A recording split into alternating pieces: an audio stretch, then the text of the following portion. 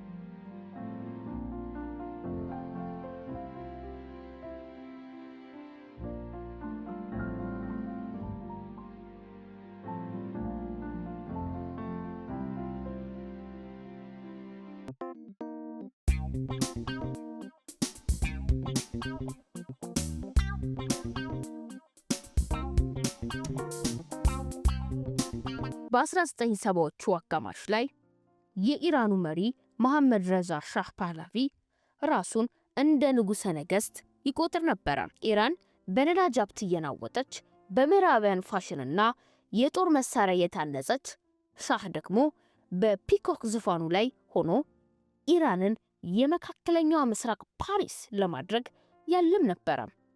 ነገር ግን ይህ ሁሉ ብልጭልጭ ውበት በአሸዋ ላይ የተገነባ ቤተ መንግስት ነበር። ሻህ ኢራንን ሲያዘምን አንድ ትልቅ ስህተት ሰርቶ ነበር። የኢራንን ጥንታዊና ሃይማኖታዊ ልብ ረሳው። እሱ በፈረንሳይ ሽቶና በአሜሪካ ጄቶች ሲዝናና፣ በጠባብ መስጊዶችና በድሃ መንደሮች ውስጥ ግን ሌላ እሳት እየተቀጣጠለ ነበር። ከፈረንሳይ በስደት ሆኖ የሚገዛው አያቶላህ ሆሜኒ የሱ ድምጽ በካሴት እየተቀዳ ወደ ኢራን በሚስጥር ይገባ ነበር። የሆሜኒ ድምጽ ለሻህ የሞት ደውል ነበር። ሻህ ዘመናዊነትን ሲለብስ፣ ሆሜኒ ግን ክብርንና ሃይማኖትን ሰበከ። የኢራን ህዝብ በሻህ አምባገነንነትና በምዕራባውያን ተጽዕኖ መሮት ጥቁር ካባ ለብሰው መሪ ልቡን ሰጠ። እንደ አውሮፓውያን አቆጣጠር ጥር 1979 ሻህ መላእክተኛ ሳይሆን ተሰዳጅ ሆነ። በአገሪቱ ታላቅ ተቃውሞ ሲቀጣጠልና ሰማዩ በጥቁር ጢስ ሲሸፈን፣ ሻህ አንድ አፋኝ የኢራንን አፈር በኪሱ ይዞ በገዛ እጁ አውሮፕላኑን እያበረረ ሀገሩን ጥሎ ወጣ። ሻህ ሲወጣ ህዝቡ በደስታ አበደ። ሐውልቶቹን አፈረሱ፣ ፎቶዎቹን አቃጠሉ። ከጥቂት ቀናት በኋላ ግን ሌላ አውሮፕላን ቴሄራን አለፈ። አያቶላህ ሆሜኒ ከስደት ተመለሰ። ኢራን በአንድ ሌሊት ከንጉሳዊ አገዛዝ ወደ እስላማዊ ሪፐብሊክ ተቀየረች። ይህ የጥንታዊው የፋርስ ፍጻሜና የዘመናዊ የመካከለኛው ምስራቅ ቀውስ መጀመሪያ ነበር። ሻህ ወድቋል። ሆሜኒ ስልጣን ይዟል። ነገር ግን አዲሱ መንግስት ገና ሳይረጋጋ ከጎረቤት ሀገር አንድ ሌላ ተኩስ ጥርሱን አቅጥጦ ይጠብቅ ነበር። ቀኑ መስከረም 1980። የኢራን አብዮት ገና አንድ ዓመት ከግማሽ ብቻ ነበር የሞላው። ሀገሪቱ በውስጥ ትርምስ ውስጥ ነበረች። የሻህ የጦር መኮንኖች ተረሽነዋል። ሰራዊቱ ተዳክሟል። አዲሱ መንግስት ደግሞ ገና ቋንቋውን እንኳን አልለየም ነበረ። ይህንን ድግመት ያየው ከጎረቤት ኢራቅ የመጣው የባግዳድ ኃይል ሳዳም ሁሴን ነበረ። ሳዳም ሁሴን የኢራንን ድክመት እንደ ወርቃማ ዕድል ተመለከተው። በ3 ቀናት ውስጥ ቴህራን እገባለሁ የሚል እብሪት ነበረው። ሳዳም የኢራንን የነዳጅ ሀብት ለመቀማትና በመካከለኛው ምስራቅ ብቸኛው ንጉስ ለመሆን ጦሩን አዘዘ። በአንድ ሌሊት በሺዎች የሚቆጠሩ የኢራቅ ታንኮች ድንበር ጥሰው ወደ ኢራን በረሃዎች ገቡ። የኢራቅ ጄቶች የኢራንን አየር ማረፊያዎች ደበደቡ። ሳዳም ጦርነቱን አጭርና ቀላል ይሆናል ብሎ አስቦ ነበረ። ነገር ግን የረሳው አንድ ትልቅ ነገር ነበረ፣ የአብዮቱን እሳትና የፋርስን ብሔራዊ ኩራት። ኢራን በቴክኖሎጂና በጦር መሳሪያ ከኢራቅ ትነስ እንጂ በሰው ኃይል ግን እጅግ ግዙፍ ነበረች። አያቶላ ሆሜኒ የቅዱስ ጦርነት ጥሪ ያቀረቡ። በሺዎች የሚቆጠሩ ወጣቶች ባሲጅ የሚባሉ ፈቃደኝነትን የመጡ ታዳጊዎች የጀነት ቁልፍ ባንገታቸው ላይ አንጠልጥለው ወደ ጦርነት በረሩ። እነዚህ ወጣቶች ምንም አይነት የጦር መሳሪያ ሳይኖራቸው በባዶ እጃቸውና በደረት እየተሳቡ የሳዳምን የፈንጂ ቀጠናዎች በገዛ አካላቸው ያጸዱ ነበረ። ይህ የሰው ማዕበል ታክቲክ ዓለምን አስደነገጠ። ሳዳም በታንክና በኬሚካል መሳሪያ ሲዋጋ፣ ኢራን ግን በመስዋዕትነት ትዋጋ ነበረ። ጦርነቱ ከቀናት ወደ ሳምንታት፣ ከሳምንታት ወደ ወራት፣ ከዚያም ወደ ዓመታት ተሸጋገረ። ጦርነቱ የከረረ ሲመጣ ሳዳም ሁሴን የተከለከሉ የኬሚካል መሳሪያዎችን መጠቀም ጀመረ። የኢራን ወታደሮች በጋዝ ታፍነው ሲረግፉ፣ ዓለም ግን በዝምታ ትመለከት ነበረ። በሌላ በኩል ደግሞ የከተሞች ጦርነት ተጀመረ። ቴህራን እና ባግዳድ በሚሳኤል ተደባደቡ። ህዝቡ በየቤቱ ተደብቆ የሚሳኤል ድምፅ ሲሰማ የመካከለኛው ምስራቅ ሰማይ የሞት ጥላ ሆነ። ሳዳም ሁሴን አጭር ጦርነት ብሎ የጀመረው ጉዞ ወደ 8 ዓመታት የፈጀ ረጅም የደም ባህር ተቀየረ። ጦርነቱ 5ኛ ዓመቱን ሲደፍን በኢራንና በኢራቅ መካከል ያለው ድንበር የሰው ልጅ መሞቻ ሆኖ ነበረ። በሺዎች የሚቆጠሩ ወጣቶች በረሃው ላይ በየቀኑ ይረግፋሉ። ምድር በደማቸው ረጠበች። አየሩም በባሩድና በበሰበሰ ስጋሽ ታፈነ። ይህ ጦርነት ግን በድንበር ብቻ አላቆመም። ወደ ዓለም የኢኮኖሚ ደም ስር ወደ ሆነው ወደ ፋርስ ባህል ወሽመጥ ተሻገረ። ሳዳም ሁሴንና የኢራን ኢኮኖሚ ለማንበርከክ ሲል የኢራን የነዳጅ መርከቦች መምታት ጀመረ። ኢራንን በምላሹ የኢራቅንና የደጋፊዎቿን መርከቦች ማጥቃት ጀመረች። ይህም ታሪካዊው የታንከር ጦርነት ተብሎ የሚታወቀው ምዕራፍ ተከፈተ። የዓለም ነዳጅ ዋጋ ናረ። አሜሪካና ሶቪየት ህብረትም እጃቸውን አስገቡ። የባህር ወሽመጡ በፈንጂና በሚሳኤል ተሞላ። በዚህ መሃል ነበር እንግዲህ አሜሪካ የኢራንን ሲቪል አውሮፕላን በስህተት መታ ጣለችው። 290 ንጹሃን ሰዎች በባህሩ ላይ እንደ ቅጠል ረገፉ። ጦርነቱ ከቁጥጥር ውጪ ሆኖ የመጣ ሳለ ዓለምን ወደ 3ኛ ዓለም ጦርነት እየሳበ ደግሞ ሆነ። ሳዳም ሁሴን በጥምዳው የኢራን የሰው ማዕበል መቋቋም ሲያቅተው እጅግ ዘግናኝ የሆነ እርምጃ ወሰደ።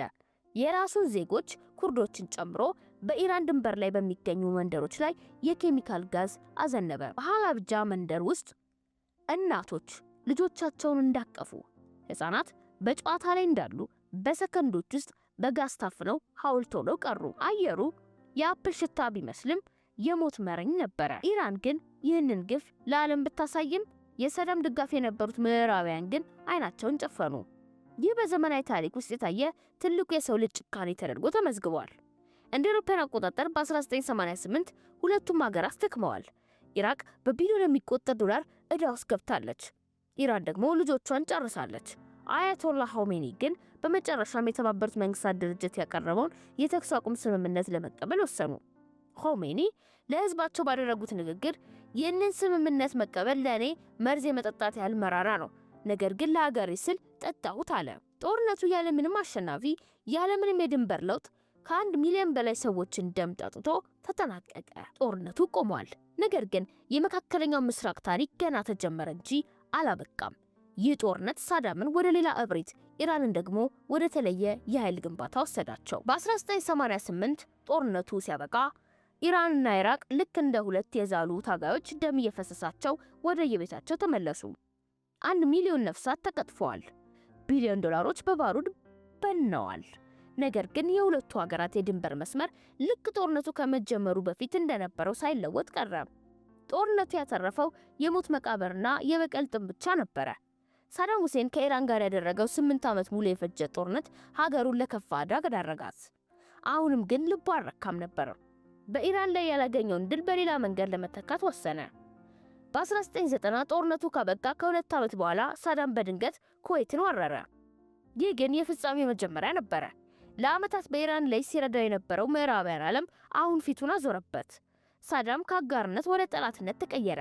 በመጨረሻም በ2003 አሜሪካ ባግዳድ ስትገባ ያኩሩና አምባገነኑ ሳዳም ሁሴን መሬት ውስጥ የተቆፈረ ጉድጓድ ውስጥ ተደብቆ ተገኘ።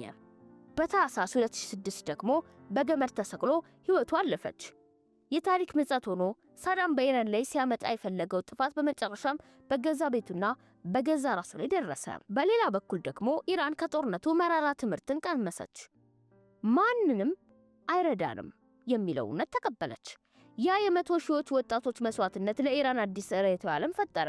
ኢራን ከጦርነቱ በኋላ በውጭ ሀገራት ላይ ያላትን ተጽዕኖ ማስፋፋት ጀመረች። ዛሬ በመካከለኛው ምስራቅ የምናየው የሊባኖስ ሂዝቦላ፣ በየመን ያሉ ሁቲዎችና በሶሪያና በኢራቅ የሚገኙ ታጣቂዎች በሙሉ የዚህ 28 ዓመት ጦርነት ውጤቶች ናቸው። ኢራን በድንበር ላይ ከመዋጋት ይልቅ በጠላቶቿ ጋር የጥላ ጦርነት ወይም ፕሮክሲ ዋር መዋጋት መረጠች። የሻህ ኢራን የምዕራባውያን አጋር ነበረች። የዛሬ ኢራን ግን የምዕራባውያን ትልቁ ራስ ምታት ሆና ቀጥላለች። ጠላቶቿም ኢራቅ ወይም ሳዳም ሁሴን ብቻ ሳይሆኑ ምዕራባውያን በዋነኛነት አሜሪካ እንዲሁም ደግሞ በቅርቧ የምትገኘው እስራኤል ሆናለች።